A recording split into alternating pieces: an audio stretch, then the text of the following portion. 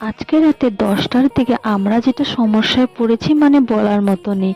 তো দেখো এখন বাজে রাতের 10টা, তো আমার মোটামুটি আধা আধি রান্না হয়ে গেছে, তার মধ্যে আমাদের গ্যাস সিলিন্ডারটা শেষ হয়ে গেছে।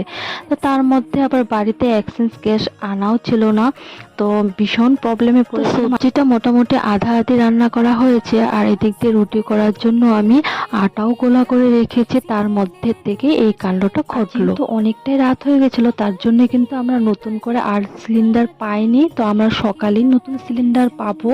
তারপর অনেক সমস্যার মাঝখানে একটা সিলিন্ডার রেডি করলাম, তারপর দেখো আমাদের রাতের খাওয়া রেডি করছি। তো অনেকটাই রাত হয়ে গেছিল রান্না করতে করতে, তো আমার তো রুটির গোলাটা করাই ছিল, তারপর দেখো রুটিটা আমি ভেজে নিচ্ছি।